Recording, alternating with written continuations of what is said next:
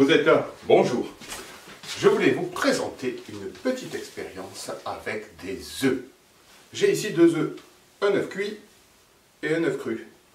À moins que ce soit l'inverse. Bon, bref, on va tester. On prend un œuf et on le fait tourner. Jusque-là, rien de bizarre, me direz-vous. Les deux tournent, il n'y a pas de problème. Par contre, essayons de les arrêter. Je fais tourner cet œuf et je l'arrête. Il s'arrête. Logique. Mais celui-là, regardez, il repart. Ça ne se voit pas trop parce que je n'ai pas lancé très fort. Je vous remontre. Il redémarre. Cet œuf-là, c'est un œuf cuit, un œuf dur.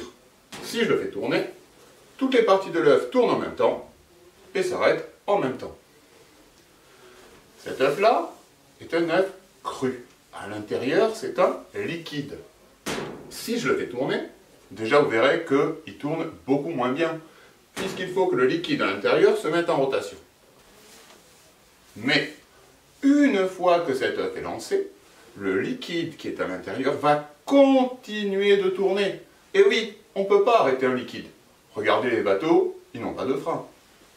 Si je fais tourner cet œuf et que je l'arrête, le liquide à l'intérieur continue de tourner et relance la rotation de l'œuf.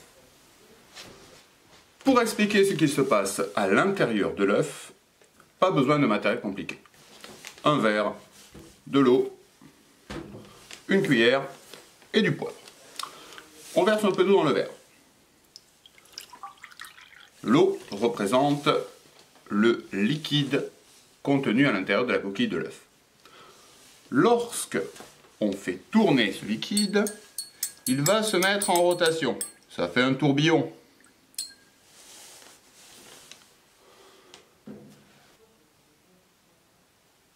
Mais même lorsque le tourbillon semble s'être arrêté de tourner, la rotation est toujours présente. Rien de tel qu'un peu de poivre pour vous le montrer. Regardez, on voit bien que les grains de poivre continuent leur rotation. C'est exactement ce qui se passe à l'intérieur de l'œuf.